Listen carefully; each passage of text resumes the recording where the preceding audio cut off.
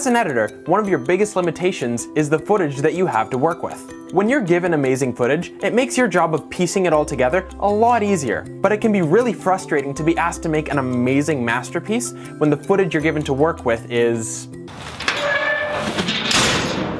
So today, we're going to go over an aspect of filmmaking that can really help to boost your overall project. In specific, it'll help your video to taste a little bit more delicious as it goes into the eyes of your audience. Composition. When we're talking about composition, we're talking about what your camera sees, and by extension, what your audience sees. So often, it can be really easy when we want to get a shot to just throw up the camera, hit record, and then go for it without any second thought. But if you take just a moment and think through your next shots with these tips in mind, I guarantee it'll make a huge impact on your next video. So let's get started. Number 1, the rule of thirds. This rule comes down to the basic principle that things look really good when you put points of interest on the thirds of your frame. What do I mean by that? Basically any of these points, with emphasis on the places where the lines intersect. Let's take a look at the shot of the ocean. Right now it's just centered on the horizon. It's a nice shot, but let's try moving the horizon to the lower third. It feels better, doesn't it? Let's try it with a person now. We have our main character in the dead center, but let's try moving them over, putting their eye on the intersecting third. Now the image just looks a lot better. When it comes down to it, you should be able to feel the difference of this rule. It feels better. It feels like a stronger image. Now, there's a lot of different reasons why people claim this works, but I'm just going to give you a brief overview summarizing a lot of other people's thoughts. When you have a shot of anything, you've got a crazy amount of things that people could focus on. There's more than 2 million individual pixels in this shot alone that you could technically look at. And if you don't know where to start, you'd need a lot of time to take in the image. But now we've placed a person on the third of the shot. Now we're saying, okay, this person is where I'm going to start looking when I mentally take in this shot. It's like a roadmap for your image. Start here, move this way, and take in the rest of the image from there. But it can go deeper than that too. Now everything that we see in this shot is in the context of what this character is thinking and feeling. So then how does it work for all those times you see an item or a person placed directly in the center of frame, kind of like I am now?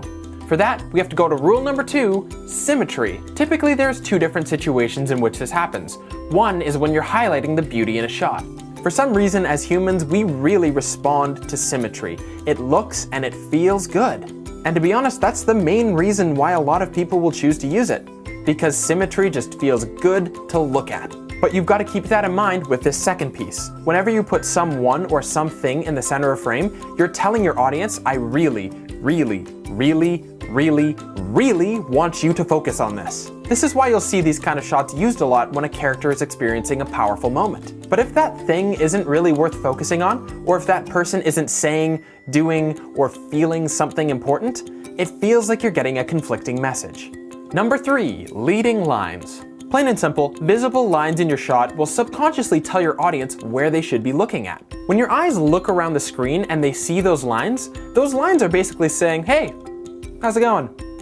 There's nothing really going on over here, but let me show you where the great stuff is happening. So let's go. It acts as a gentle way to help guide your audience to focus on a specific point that you want them to. And like symmetry, it adds an element to your shot that's just really nice to look at. Number 4, leading room and headroom. Typically, you'll use this rule in combination with the rule of thirds.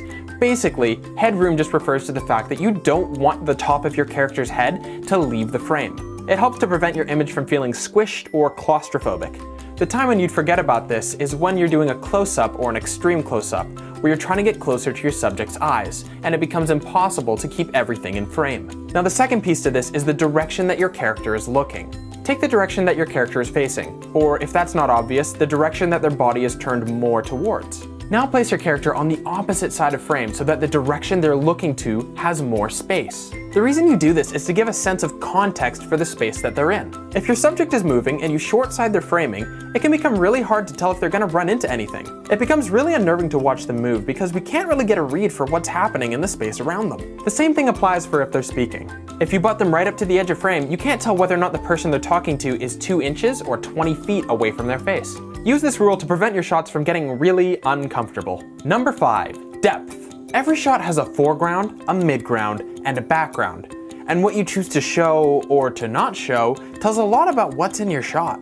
There are times when you're going to want absolutely no distraction from your subject, and you take the midground and background away so that you have no discernible element other than your character. But most of the time, that's not going to be the case. Most of the time, you're going to want to establish your character in the world that you've placed them in. How do they relate to the world around them, including the things that are out of focus?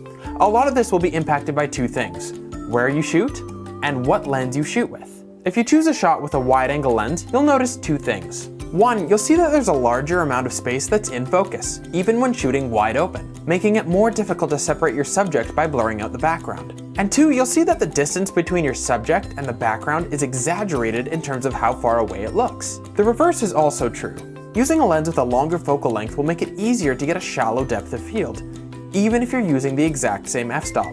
It helps when separating your character from their background, while at the same time making objects in the background appear closer than with a wide angle. Your choices will help your audience to determine what they focus on, what they find important, and how your character relates to the world around them. Number 6, size equals power. This one seems really simple, but it actually has huge implications for your project.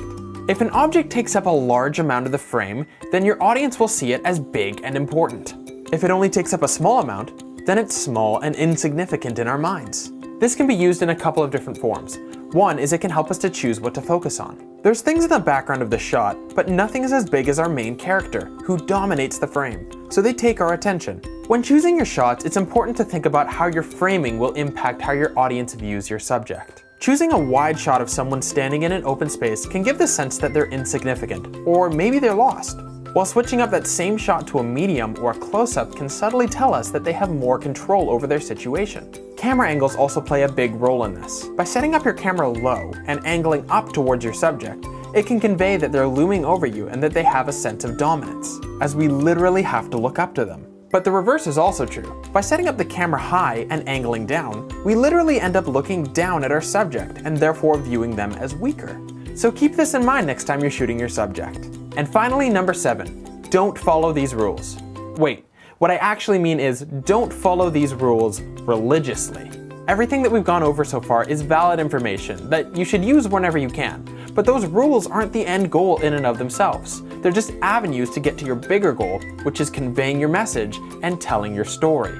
The longer you film, the more you'll find ways that either following or breaking these rules will help you achieve different results. Following proper leading room can feel nice, but sometimes that's not your objective. Sometimes you really want your audience to feel uncomfortable. Sometimes you want to put an object in the center of frame that's not important. And because of this clash, it comes across as funny or shows how ridiculous a situation is. The point is, at the end of the day, people won't walk away from your video thinking about how great that 27th shot was.